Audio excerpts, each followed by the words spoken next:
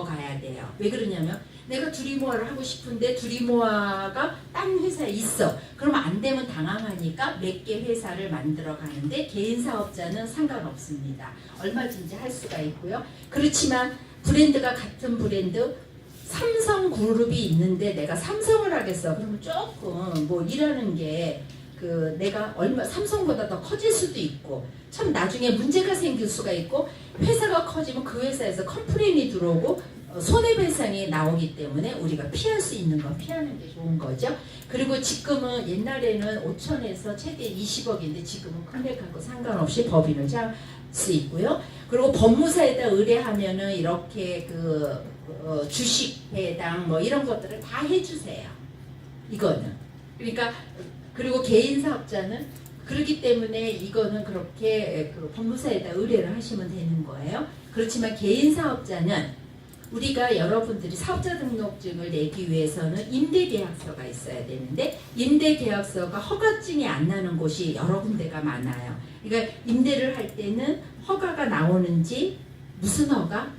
결혼을 할 수 있는 그 허가증이 나오는지 없는지를 먼저 확인하고 임대를 해야 되는 거고요. 그리고 내가 부동산을 한다, 내가 어떤 일을 한다 해서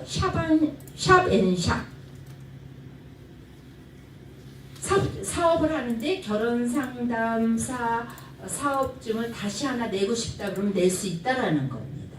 네. 그러면 이제 일반 사업자는 이렇게 임대계약서를 가지고 세무사에 가면 관할 세무서에 가면 사업자 등록증하고 주민증인가 그런 걸 가져가시면 아마 관할 세무서에서 그곳에 정말 임대를 했는지 뭐 했는지 이제 그 정도만 봐요. 그래서 사업자는 쉽게 나옵니다. 근데 모든 사업자는 쉽게 나오는데 결혼상담 이 회사는 허가증 내는 게 어렵다는 거예요. 사업자 등록증 아무리 내도 결혼 중매 업무 하면은 그게 불법입니다. 불법이에요. 불법은 문제가 있는 거죠. 법망을 피해서 간다 하더라도 알고 하는 거와 모르고 하는 거하고 틀리는 거야. 허가증이 없으면 사업자 등록증이 있어도 아무 의미가 없어. 아무 의미가 없는 거죠. 그래서 이제 관할 세무서에 등록을 하는데 이게 나오기 전에 이제 허가증을 내기 위해서는 이제 관할 구청에다가 내가 이런 데서 이렇게 사업자 등록증을 내려고 합니다라고 허가증 좀 내주세요. 이렇게 신청을 하는 거예요. 그러기 전에 이렇게 허가가 사업자 등록증이 법인과 개인 사업자가 이렇게 나오는데 법인은 이렇게 법인 등록 번호가 나와요. 이쪽에 사업자는 그냥 사업자 등록 번호만 나오고요. 그리고 가장 중요한 거는 여기에 종목에다가 여러분들이 다른 거 하고 싶은 거 다 적는 거야. 부동산도 적을 수도 있고 뭐 출판업도 할 수도 있고 이벤트도 할 수 있잖아요. 황혼재혼에 대한 이벤트, 초혼에 대한 이벤트를 할 수 있으니까 이벤트 하는 것까지 해서 여러분들이 할 수 있는 것들을 쭉 적어 놓으시는데 만약에 안 적었어. 다음에 가면 정정신고 너무 쉬워요.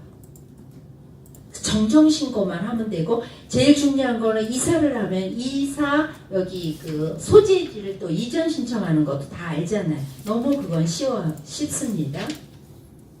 근데 법인은 주소지 변경 또 오너가 다른 데를 이사를 갔어. 그러면 오너의 주소 변경 이것들을 다 하지 않으면 벌금이 굉장히 많이 나와요.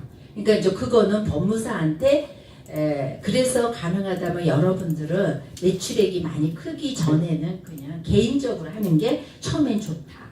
왜냐하면 법인으로 하면 법무사비로 들어가는 것들이 주주에 대한 것도 몇 년에 한 번씩 우리가 하는 것도 있지만 이렇게 이전을 하게 되면 이전 신고 이것도 다 따로따로 다 해야 되는 거니까 물론 이제 이렇게 2년인가 3년 안에 우리가 해야 되니까 그때 다 문제가 있는 것들은 이전 신고라든지 그때 맞춰서 오너가 이사를 가고 그러면 경비가 덜 든다는 거죠. 자, 그러면 이제 우리가 협회 사업자, 드리모아 인재문화개발원 이런 사업자가 다 있습니다. 이거는 이제 처음에 제가 법인회사 하나모아 초원회사를 차렸다고 했어요. 이렇게 해서 했고요. 자, 법인은 이렇게 이제 법인의 종목들을 이렇게 다 이렇게 추가하면 되는 거고요. 이런 건 시간 아까우니까 그냥 넘어가도록 하고요. 정관, 법인은 이렇게 정관이 있어요. 그래가지고 정관을 하고 이제 이게 지금 국제 결혼들이 굉장히 많이 없어진 거 아시죠? 굉장히 까다로워져가지고 4분의 1이 다 없어졌어. 국제 결혼. 굉장히 이렇게 문제들이 많이 생겨가지고 많이 없어졌는데 왜 없어진 것도 이제 차후에 말씀을 드리고요. 결혼, 중개업, 신고, 필증이 없으면은 결혼 상담을 할 수가 없다. 자, 그러면 보증증권을 끊는데 한 분당 한 사무실이 만약에 여기도 있고 또 저기 있어. 그러면 한 분당 2천만 원에 대한 거를 보증증권을 끊어야 돼요. 근데 2천만 원을 통장에다 넣는 거야? 그게 아니라 2천만 원 보증증권은 1년에 금액이 얼마 안 돼요. 10만 원도 안 됩니다. 그 금액을 얼마요? 6만 얼마요?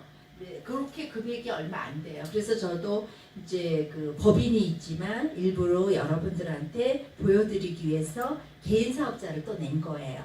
그래서 한번 끊었더니 1년을 끊어봤어요. 근데 금방 1년이 돌아옵니다. 그래서 또 3년을 끊어봤어요. 그러니까 3년이 또 지나갔어. 그래가지고는 얼마 전에 또 다시 끊었는데 이거 기간 늦어져.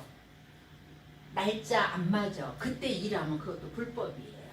자, 그리고 이사를 하면 이사한 거 전부 이 보증증권에 가서 사업자 등록증 이전 신고를 하면 이사가는데 주소가 나와요. 그러면 그걸 갖고 보증증권에다가 제출하면 주소 변경 다 해줍니다. 이러한 절차를 다 하셔야 되는 겁니다.